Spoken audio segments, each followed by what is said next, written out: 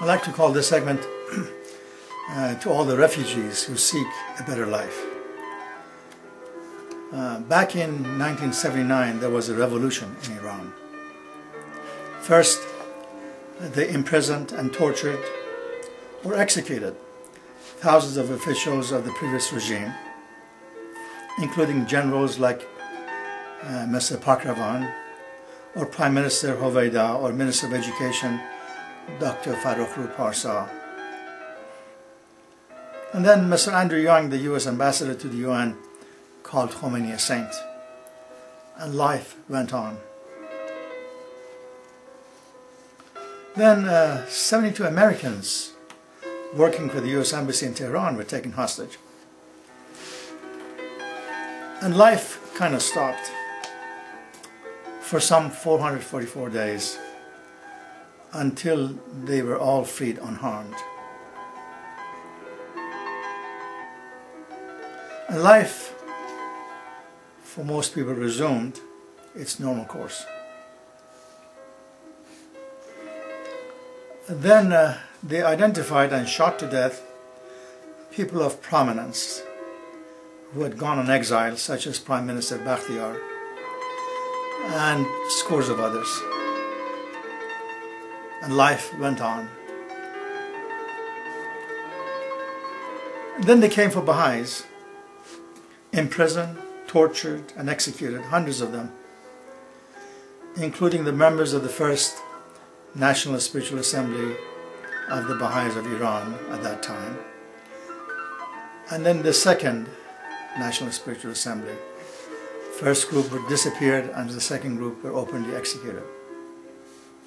And then most of the members of the local Spiritual Assembly of the Baha'is of Tehran, and some other assembly members in other cities, and regular citizens in other cities.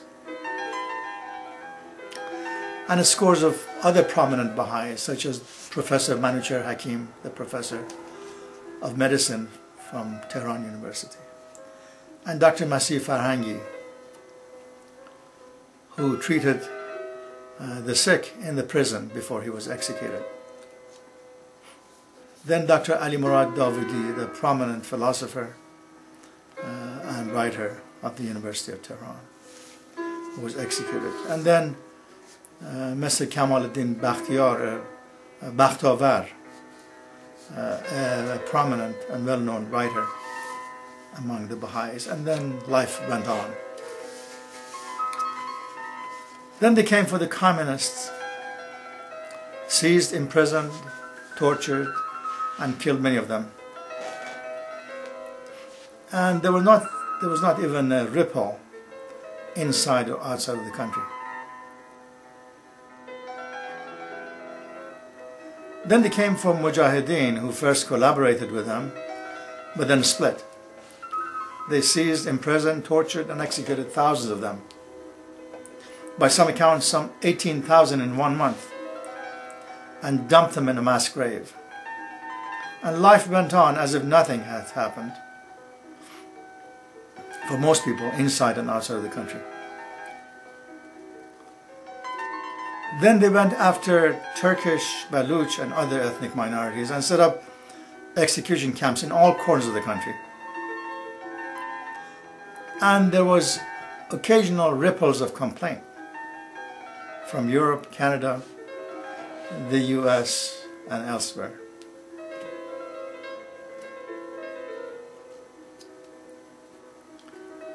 But for the most part, life went on with not much of a worry for anyone, anywhere.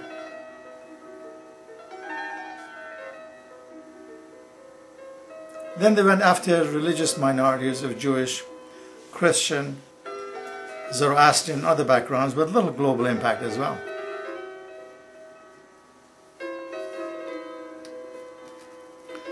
A smiling mullah became the candidate for presidency and promised dialogue among civilizations.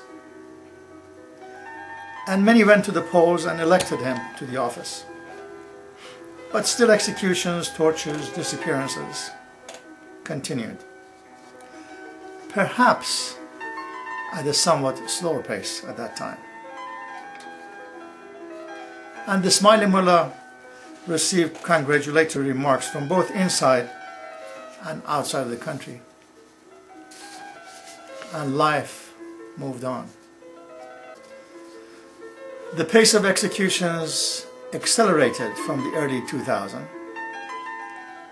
And for the first time there was a little debate among the hand-picked presidential candidates.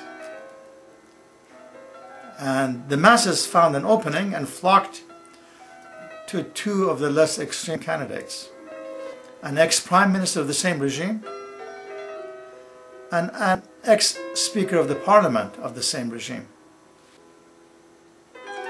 There was a little outcry and a few months of demonstration and many postings on YouTube.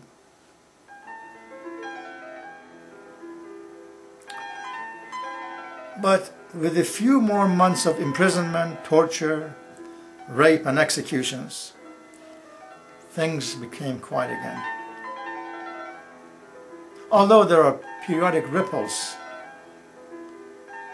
through a letter of concern from the United Nations or the US or the European Union or others concerning the violations of human rights. But not much else. Oh yes, there are also sanctions of some kind, which means there's a little less legal trade from the West and more trade from Russia and China.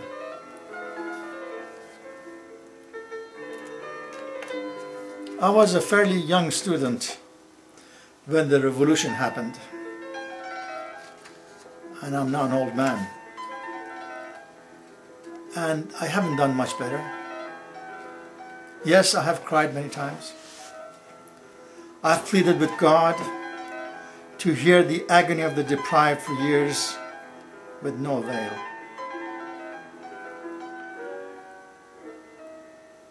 And thought about shedding light where there is darkness, but did not exactly know how.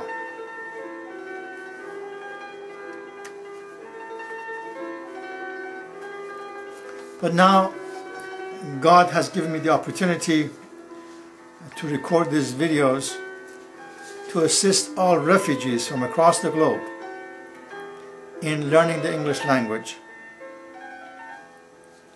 and other things that I know and my friends may assist me, so that they can excel in their schools and do well on their jobs.